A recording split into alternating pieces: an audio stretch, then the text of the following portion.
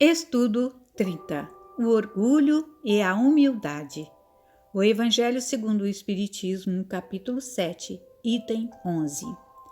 O objetivo desse estudo é esclarecer em que consiste o orgulho e a humildade, mostrando as suas consequências e como fazer para eliminar um e desenvolver a outra.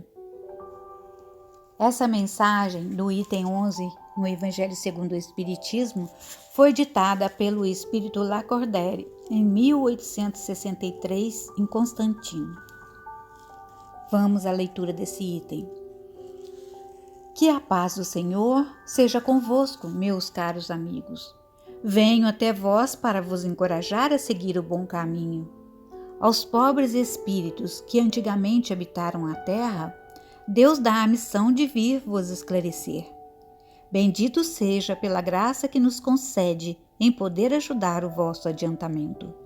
Que o Espírito Santo me ilumine e me ajude a tornar minha palavra compreensível e que me conceda pô-la ao alcance de todos. Todos vós encarnados, que estáis na dificuldade e procurai a luz, que a vontade de Deus me ajude a fazê-la brilhar aos vossos olhos. A humildade é uma virtude bem esquecida entre vós. Os grandes exemplos que vos foram dados são bem pouco seguidos e, todavia, sem a humildade, podeis ser caridosos para com o vosso próximo? Oh, não! Porque esse sentimento livela os homens. Diz-lhe que são os irmãos que devem se entreajudarem e os conduz ao bem. Sem a humildade vos adornais de virtudes que não tendes, como se trouxesses um vestuário para esconder as deformidades de vosso corpo. Recordai aquele que nos salva.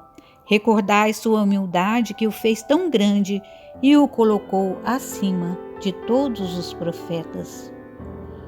O orgulho é o terrível adversário da humildade. Se o Cristo prometia o reino dos céus aos mais pobres, foi porque os grandes da terra imaginam que os títulos e as riquezas são recompensas dadas ao seu mérito e que sua essência é mais pura que a do pobre. Eles creem que lhes são devidos e por isso, quando Deus lhes retira, acusam-no de injustiça. Ó risão e cegueira! Deus vos distingue pelos corpos? O envoltório do pobre não é o mesmo que o do rico? O Criador fez duas espécies de homens? Tudo que Deus fez é grande e sábio. Não lhes atribuais nunca as ideias que nascem nos vossos cérebros orgulhosos. Ó rico, enquanto dormes sob os teus tetos dourados ao abrigo do frio, não sabes que milhares de teus irmãos iguais a ti estão estirados sobre a palha? O infeliz que sofre de fome não é teu igual? A essas palavras, teu orgulho se revolta, bem o sei. Consentirás em dar-lhes a esmola, mas a apertar-lhe a mão fraternalmente jamais. Que, dizeis, eu, descendente de um sangue nobre, grande da terra, seria igual a esse miserável esfarrapado? Vã utopia de supostos filósofos. Se fôssemos iguais, por que Deus o teria colocado tão baixo e eu tão alto? É verdade que vosso vestuário não se assemelha em quase nada, mas dele despojados ambos, que diferença haveria entre vós? A nobreza do sangue dirás, mas a química não encontrou diferença entre o sangue do nobre e o do plebeu, entre o do senhor e o do escravo. Quem te diz que tu também não foste miserável e infeliz como ele? Que não pediste esmola, que não a pedirás um dia àquele que desprezas hoje? As riquezas são eternas? Elas não se acabam com esse corpo, o envoltório perecível do teu espírito? Oh, volta-te humildemente sobre ti mesmo. Lança, enfim, os olhos sobre a realidade das coisas deste mundo, sobre o que faz a grandeza e a inferioridade no outro. Lembra que a morte não te poupará, mas que é um outro, que os títulos não te preservarão dela, que ela pode te atingir amanhã, hoje, numa hora. E se tu se escondes no teu orgulho, então eu te lastimo, porque serás digno de piedade.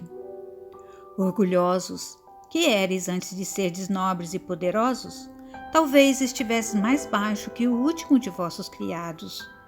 Curvai, pois, vossas frontes altivas, que Deus pode rebaixar no momento em que mais alto as elevardes. Todos os homens são iguais na balança divina, e só as virtudes o distinguem aos olhos de Deus. Todos os espíritos são de uma mesma essência, e todos os corpos são modelados com igual massa. Vossos títulos e vossos nomes não os mudam em nada. Ficam no túmulo, e não são eles que dão a felicidade prometida aos eleitos. A caridade e a humildade são seus títulos de nobreza. Pobre criatura, és mãe, teus filhos sofrem, têm frio e fome. Vais curvada sob o peso da tua cruz, humilhar-te para lhes conseguir um pedaço de pão. Eu me inclino diante de ti, quanto és nobremente santa e grande aos meus olhos. Espera e ora. A felicidade ainda não é deste mundo. Aos pobres e oprimidos que nele confiam, Deus dá o reino dos céus. E tu, jovem donzela, pobre criatura devotada ao trabalho, às privações, por que esses tristes pensamentos? Por que chorar? Que teu olhar se eleve, piedoso e sereno, até Deus. Aos passarinhos ele dá alimento, tem confiança nele e ele não te abandonará. O ruído das festas, os prazeres do mundo fazem bater teu coração. Gostarias também de ornar tua cabeça de flores e misturar-te aos felizes da terra. Disseste que poderia, como essas mulheres que vês passar, extravagantes e risonhas, ser rica também. Cala-te, criança, se soubesses quantas lágrimas e dores sem nome estão escondidos sob esses vestidos bordados, quantos soluços abafados sob o ruído dessa orquestra alegre, preferirias teu humilde retiro e tua pobreza. Permanece pura aos olhos de Deus, e, se não queres que teu anjo guardião volte para ele, rosto escondido sob suas asas brancas, e te deixe com os teus remorsos, sem guia, sem sustentáculo, neste mundo onde estarás perdida, aguardando seres punida no outro. E vós todos os que sofreis injustiça dos homens, sede indulgentes para com as faltas de vossos irmãos, em vos dizendo que vós mesmos não estáis isentos de censura. Isso é caridade, mas é também humildade. Se sofreis calúnia, curvai a fronte sobre essa prova. Que vos importam as calúnias do mundo? Se vossa conduta é pura, Deus não pode vos compensar? Suportar com coragem as humilhações dos homens é ser humilde e reconhecer que só Deus é grande e poderoso. Meu Deus, será preciso que o Cristo venha uma segunda vez sobre esta terra para ensinar aos homens tuas leis que eles esquecem? Deverá ele ainda enxotar os vendilhões do templo que mancham tua casa, que não é senão um lugar de prece?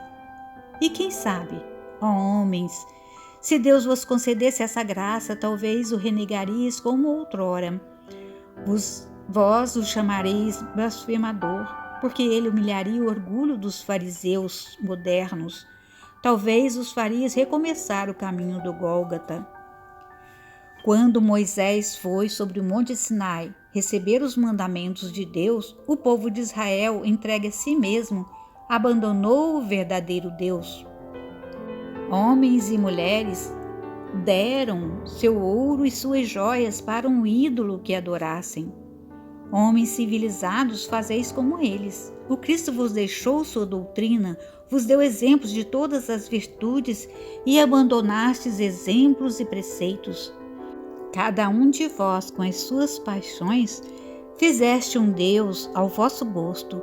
segundo uns, terrível e sanguinário, segundo os outros, descuidado dos interesses do mundo. O Deus que fizeste ainda o bezerro de ouro, que cada um apropria aos seus gostos e às suas ideias. Despertai, meus irmãos, meus amigos, que a voz dos Espíritos atinja os vossos corações.